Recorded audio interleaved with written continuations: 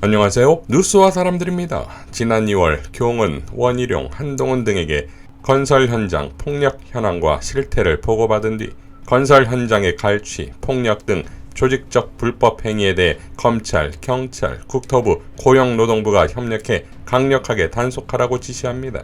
특히 건폭이라는 표현까지 써가며 단속이 일시적으로 끝나선 안 된다. 건폭이 완전히 근절될 때까지 엄정하게 단속해 건설 현장에서의 법치를 확고하게 세워야 한다 라고 발언했지요. 자, 경정권의 노조 사냥이 시작된 70여일이 지나 건설노조 간부가 세상을 떠났지요. 김상수 작가는 다음과 같이 밝혔지요. 노동절에 윤석열 정부의 노조 탄압을 규탄하며 분신한 민주노총 건설노조 강원지역 간부가 끝내 숨졌다. 윤석열의 노조 악마화가 극단적인 사회 갈등을 낳고 있다. 21세기 2023년에 53년 전 1970년 전태일 열사 분신 사건이 재현됐다. 한겨레 신문 취재에 의하면 양 지대장 가족은 계속 압박 수사를 받았다. 화물노조 파업 이후부터 몇 개월 동안 계속 시달렸는데 정신력이 강한 사람이라도 이렇게 압박 수사를 하면 어떻게 버티겠냐며 혼자 앓으며 무척 힘들어했다고 말했다. 그는 쌍둥이가 이제 중학교 2학년밖에 안 됐다고 말했다. 주가 조작, 합격력, 허위 조작 등 여러 범죄를 저지른 윤석열의 처 김건희나 검찰 특수부 출신 윤석열의 검사, 선배들 판사 등 50억 이상 뇌물죄 수수범죄 의혹자들은 제대로 수사하지 않고 힘없는 노동자들은 지난 2개월 동안 950여 명이나 경찰, 검찰이 불러 조사하고 15명을 구속시키고 13차례나 민주노총 사무실을 대대적으로 압수수색하는 윤석열 검사 정부다. 건설노조는 오는 4일 서울 용산에서 5,000명 규모의 전국 확대 간부 상경투쟁에 이어 이달 중 총력투쟁을 벌일 방침이다. 너무나 억울한 안타까운 죽음이다. 윤석열 반드시 처벌받는다. 분노한다. 라고 일갈했습니다. 홍사훈 기자도 다음과 같이 밝혔지요. 세상이 다시 그 시절 쌍팔년도로 돌아가는구나. 최강욱 의원은 깊은 참으로 깊은 슬픔 대체 언제까지 견뎌야 할지 라고 밝혔습니다. 자, 기가 막힌 세상이 됐지요. 손만 댔다 하면 죽음입니다. 마약 수사에 올인한다더니 이태원 참사로 젊은 생명들이 세상을 떠났고 노조 수사에 올인한다더니 2023년 대한민국에서 분신으로 생을 던진 노동자가 나왔다 이겁니다. 이게 정상적인 나라입니까? 이재명 대표는 다음과 같이 밝혔지요. 사람의 생명보다 우선하는 가치는 없습니다. 건설 노동자의 유서를 받았습니다. 세계 10위 경제대국에서 정권의 폭력적 탄압에 노동자는 왜 죽음을 선택할 수밖에 없었는가?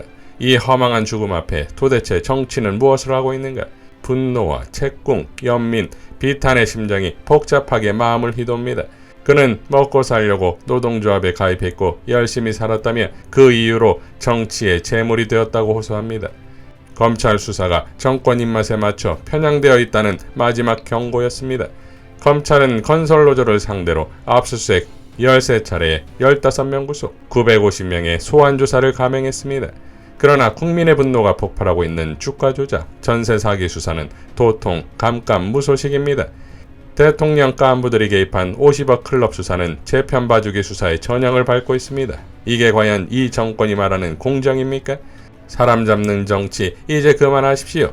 건설업계의 구조적 문제를 해결할 해법 대신 건폭 운운하며 노동자를 폭력배 취급하는 분열의 정치를 중단하십시오. 참혹한 국정 실패를 노동자 때리기로 눈가림하려는 얄팍한 속임수는 더 이상 통하지 않을 것입니다. 윤석열 정권의 반인권적인 노동자 탄압에 강력하게 맞서 노동퇴행을 저지하고 노동 존중 사회를 향해서 끊임없이 나아가겠습니다. 다시 한번 삼가 고인의 명복을 빕니다. 라고 밝혔습니다. 강민정 의원도 다음과 같이 밝혔지요. 노동자를 죽음으로 내모는 윤석열 정권을 더 이상 용서할 수 없습니다. 저녁에 노동자의 자존심을 무너뜨리는 윤석열 정권에 맞서 윤석열 정권을 무너뜨려 달라는 절규와 함께 산하에 간 양이동 건설노조 지대장님 조문을 다녀왔습니다. 조문객을 맞는 건설노조 분들이 검사 독재 정권의 실체를 생생하게 경험하고 있다 말씀하셨습니다. 건폭이라며 건설노조를 악마화하면서 경찰들에게는 1계급 특진을 걸고 이미 짜놓은 시나리오대로 몰아가며 심지어는 5년 전 일까지 들추어내 각본을 맞추고 있다고 합니다. 윤석열 정부식대로라면 당연히 노동자 권리인 임금 협상까지 공갈과 협박이 되고 있는 현실이라며 분노하셨습니다.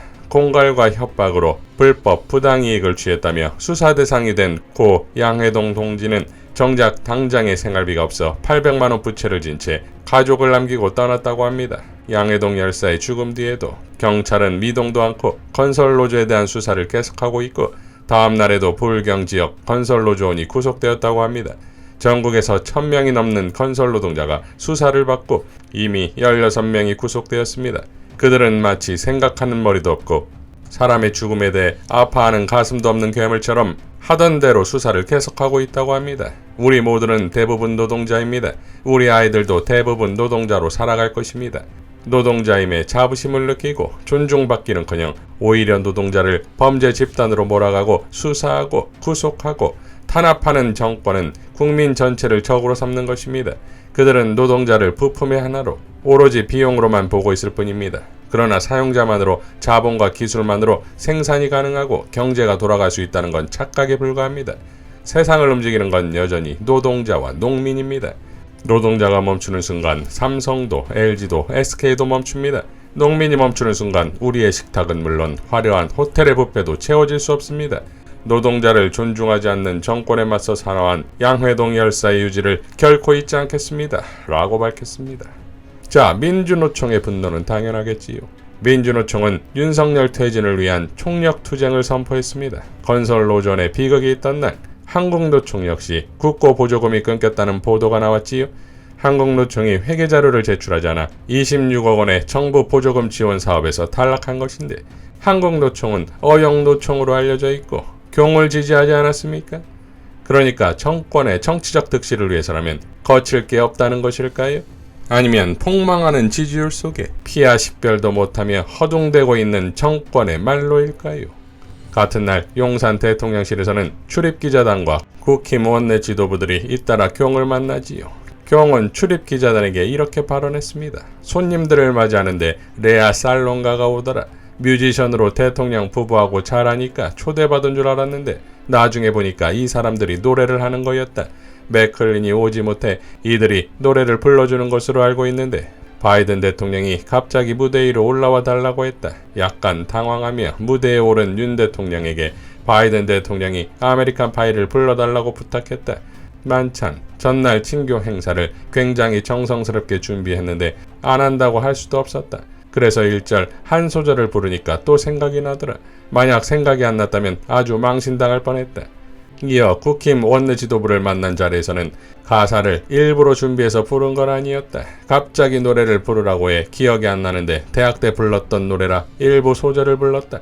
자, 이처럼 경이 국힘과 기자들과 노래를 불렀네 말았네 하며 웃고 마시고 사진을 찍을 때 여의도의 한 화상 전문 병원에서는 한 생명이 꺼져갔지요. 지난 4일 이재명 대표는 조문을 마치고 나오면서 다음과 같이 발언했습니다. 더 이상 국민의 생명을 지켜야 할 국가 때문에 국민이 극단적 선택을 하는 일이 없어야 한다.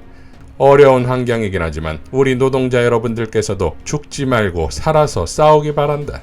결국 국가의 과도한 압박 수사 때문에 생긴 일이다. 수사에 대해서 방침을 주고 그 방침 때문에 과잉 수사로 생긴 일이니 대통령께서 꼭 조문해 주시기를 간곡히 부탁드린다. 라고 발언했습니다. 2023년에 노동자가 분신을 하고 서울시내 한복판에서 158명이 숨져도 아무 이상이 없는 정권이란 건 존재해서는 안 되는 겁니다.